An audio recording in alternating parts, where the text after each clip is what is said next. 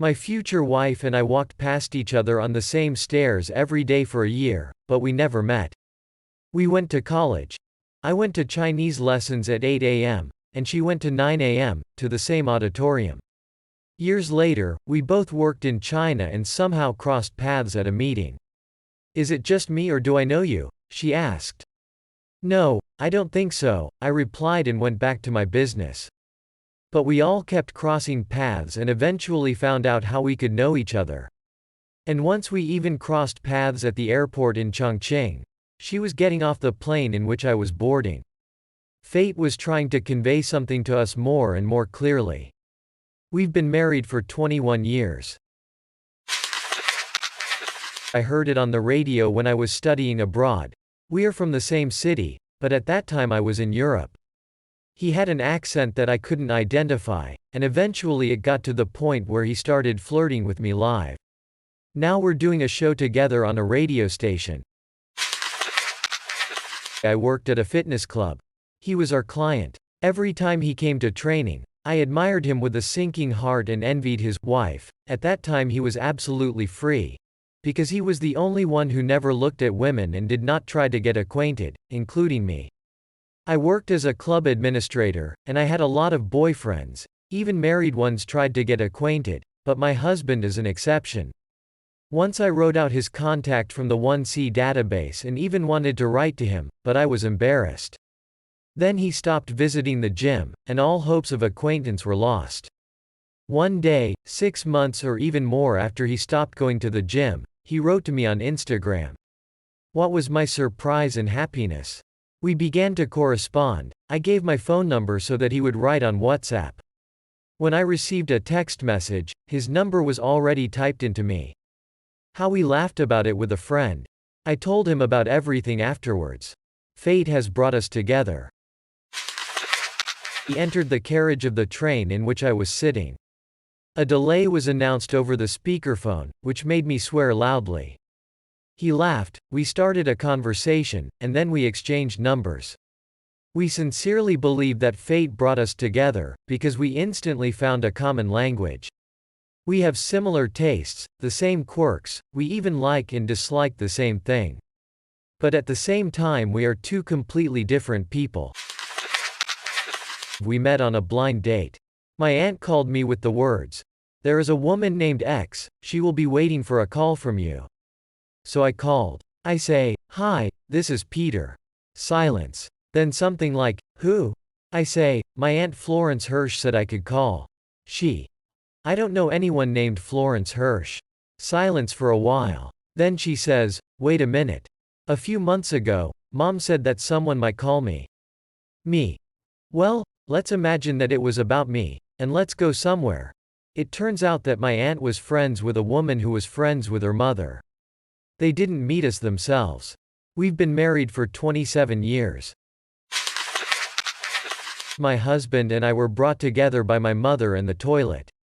I came to her work to give her the keys, and at the same time I dropped by to powder my nose. There was a queue in the women's room, and without any doubt I went to the empty men's room.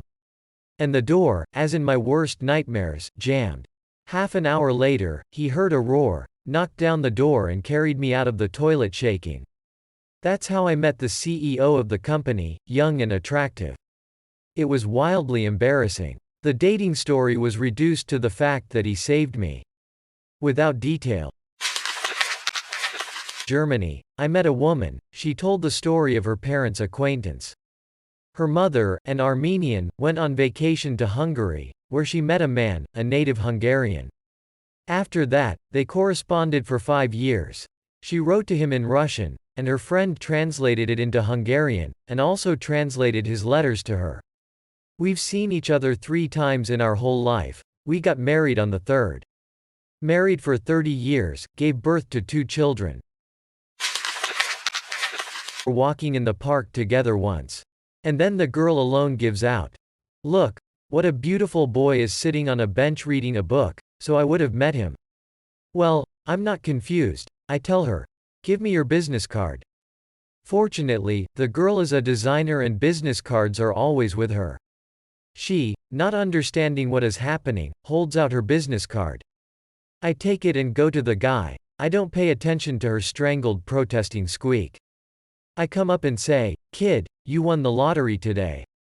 You see that beautiful girl over there, she likes you, and if you're not a retard, then take her business card and call her today." The guy has eyes the size of a nickel full of shock and disbelief. But I took the card anyway. The result? 5 years together, raising a daughter. I was putting my purchases in the car in the supermarket parking lot and was about to leave when I noticed a crying girl in the car opposite. I thought for a minute about whether I should ignore her and leave or go over and check on her. In the end, I decided to approach her cautiously. She covered her face with her hands and leaned against the steering wheel, so she didn't see me. I tapped lightly on the window. She opened the door and I squatted down to talk to her. I told her that I noticed she was crying when I was loading things into the car and just wanted to check if she was okay. She thanked me for my concern, and we talked for a while. She was lonely, scared, felt unloved and unwanted in the circle of family and friends. She just wanted someone to listen to her. About 15 to 20 minutes after I listened to her story, I managed to make her smile and even giggle a little. I asked if I could hug her. She said yes. Then I offered to keep her company in the supermarket while she was shopping. We went inside, and at some point, walking between the rows, I took her hand and have not let go since. And I never intend to. Registered in one group in social networks. We got hooked with one guy with tongues.